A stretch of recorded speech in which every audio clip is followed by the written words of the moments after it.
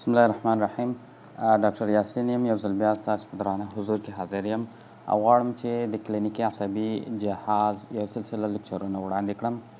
لکه څرنګه چې د نامه څخه معلومه ده دا د عصبي جهاز یو مکمل پروګرام دی او په دې پروګرام کې مو هڅه دا کړې ده چې د عصبي جهاز اړوند هغه ستونزې چې په کلینیک کې لیدل کیږي راونغاړو.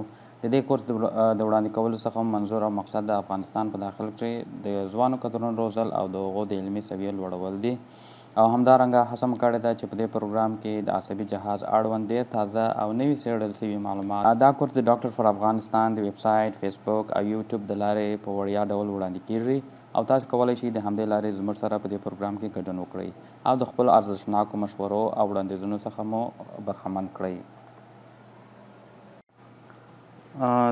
تر مخه تر دې چې په خپل پروګرام پیل وکړو زه غواړم چې یو څو ټکو ته اشاره وکړم او هغه دا چې موږ د دې پروګرام په برابرولو کې د یو سلسله آزادو ویب سایټونو د انټرنیټ او د پوهنتونونو د ویب سایټو څخه استفاده کړې ده او موږ د دې علمي او څېړنیزو مرکزونو څخه د زړه له کومې منندوی یو چې زموږ سره یې په دې پروګرام په برابرولو کې مرسته وکړه او په خاص توګه زه غواړم چې د کالیفورنیا سان فرانسیسکو پوهنتون څخه مننه ادا کړم چې موږ ته قیمتي مواد په اختیار راکړه تر څو په دې پروګرام کې موږ استفاده ځینې وکړو.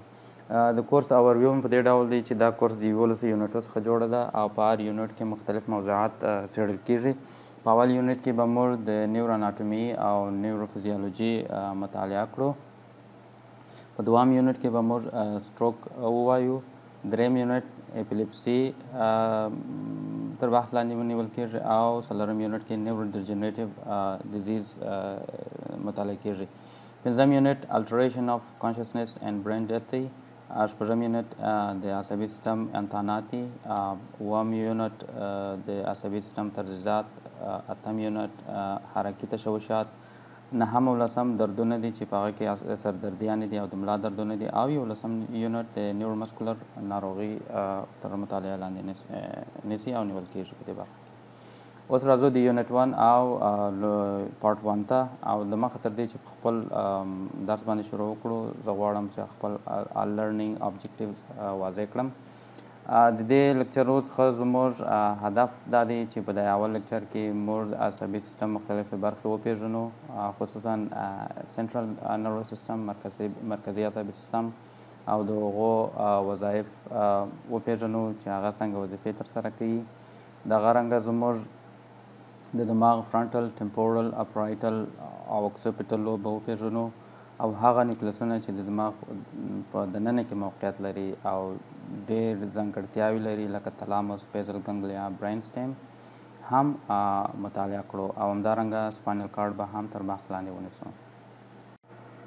دغه رنګه به دا وړتیا ترلاسه کړو چې د محیطي عصبي سیستم د مرکزي عصبي سیستم څخه بیل کړو او همدارنګه هغه پاتویګانې تر بحث لاندې ونیسو چې د هغه په تورو سره دماغ او محیطي اعصابو ته خبر راستوي چې په هغه پاتویګانو کې هغه لومړنۍ پاتوې میجر موټر پاتوې ده چې کارټیکو سپاینل ټراکټ یې ډېر مهمه برخه ده او همدارنګه هغه دوی نورې پاتویګانې چې هغه حیثیت زموږ د اعضاو یعنې د محیط څخه دماغ ته استوي په هغو کې پوسټیریور کالم، میډل لمنسکس دا یوه ډېره مهمه پاتوې ده او دوهمه پاتوې چې د هغه سپاینوتلامیک ټراکټ دی چې په خپل وار سره به یې ووایو.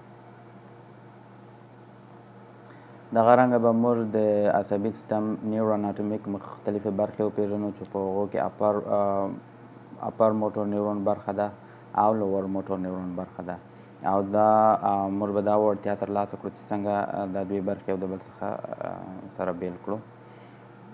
دغه رنګه به موږ سی اس اف مطالعه کړو. د سی اس اف جذب، د سی اس اف جوړېدل او هغه ستونزې چې د دې د جذب او د نه جذب او د نه جوړېدو له کبله رامنځته کېږي هغه به هم مطالعه کړو. د دماغ پوش به ووایو چې دا پوش عبارت مننې څخه دی او دا بیا د خپل ځان کې درې برخې لري چې په خپل وار سره به وویل شي.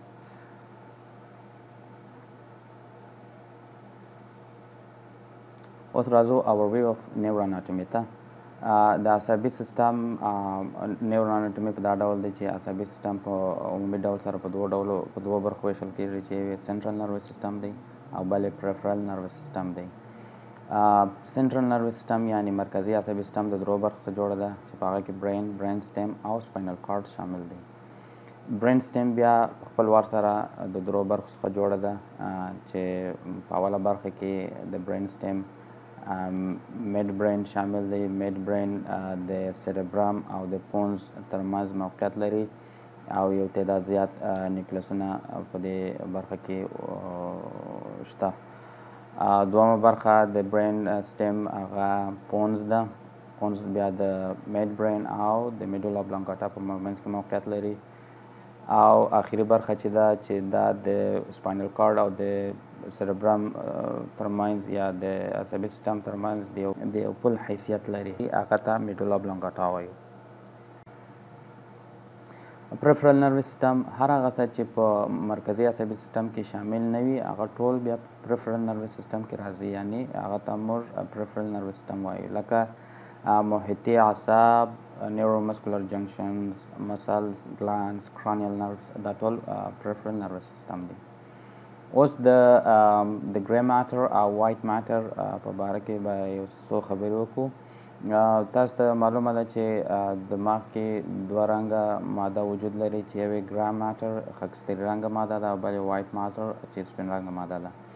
دوی د ټوپوګرافي له نظره په دماغ کې په مختلف ځایونه لري. مثلا په سیریبرم کې د خاکستري رنګ مادې موقعیت چې دی هغه خارج طرف ته دی او د سپین رنګ مادې موقعیت داخل طرف ته دی، یعنی د سپین رنګه ماده په دماغ کې د خاکستري رنګې مادې په واسطه سره را چارچاپېره شوی دي.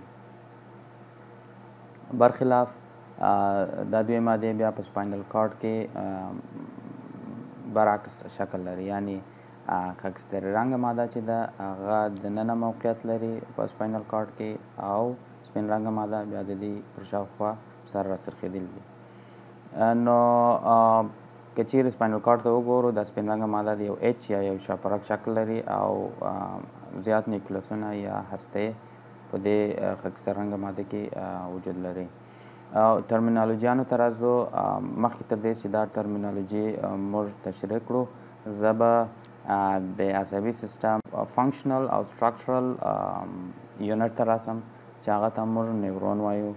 په دې شکل په دې کارټون کې تاسو وینئ چې دا د یو نیورون شکل دی چې د درو برخو څخه جوړه ده، چې د اوله برخه یې سیل باډي ده، دومه برخه یې بیا اکزون دی او دریمه برخه بیا چې ده د ډنرایټ څخه ده. څنګه چې اکزون د یو مزي یا تار شکل لري، دی بیا د مایلین شیټ په واسطه سره پوښل شوي دي. او نیوکلیسونه نیوکلیای چې دي دا د سیل باډي مجموعه په سنټرل نروس سیستم کې دې ته نیوکلیای ویل کېږي او د سیل باډي مجموعې ته په پریفرل نروس سیستم کې ګنګلیای ویل کېږي. د اکزونو مجموعې ته په سنټرل نروس سیستم کې ټراکټ ویل کېږي او په پریفرل نروس سیستم کې هغه ته بیا نروز ویل کېږي. دغه دی یو ځل بیا د ګری ماټر او وایټ ماټر هغه کارټون دلته ښودل شوی دی چې تاسو په دې کې وینئ په ډېر واضح ډول سره چې په دماغ کې سپین رنګه ماده داخل طرف ته موقعیت لري او په سپاینل کارډ کې سپین رنګه ماده خارج طرف ته موقعیت لري. دغه رنګه د دې سپینې مادې ترمنځ په دماغ کې یو تعداد سب نیوکلیای دي چې په هغو کې تلامس، بیزل ګنګلیا دا ډېر مهم نیوکلیسونه دي او د ډېرو ځانګړتیاو خاوند دي. هغه به موږ وروسته مطالعه کړو. دغه رنګه برین سټیم لکه مخکې مې چې وویل دا د درو برخو څخه جوړه ده چې میډ برین د پونز ده او میډولا ده. دا هم ډېر حساس مرکزونه په دې برخه کې موقعیت لري او د ډېرو پتالوجیانو د کبله د انسانانو ژوند ګواښي. مننج ته راځو. دماغ خپله د کرانیم کې په جوف کې موقعیت لري او دا د یو پوسټ په واسطه سره جوړ شوی چې دا پوسټ د مننج په نامه یا صحایا په نامه یادېږي او هغه خپله د درو برخو څخه جوړه ده. خو تر دې پوسټ پر سر باندې بیا زموږ سکل موقعیت لري او د سکل پر سر باندې سکلپ موقعیت لري. دا سکلپ یو پوسټ دی تر ویښتانو لاندې موقعیت لري. سکلپ بیا د 5 تورو څخه اخیستل شوی دی، S سکن ده، او سی چې دی هغه کنیکټیو ټیشو ده، کنیکټیو ټیشو. ا نیوریټیک برخه ده. ال لوز ایریولر کنیکټیو ټیشو ده. او پی دا بیا پریاستم یعنی د هډوکي هغه کښتنۍ برخه ده چې د منیج په سر باندې موقعیت لري. یعنې دا یو 15 لایر یا 15 جداره دي. دا سکل بیا خپله 15 جداره.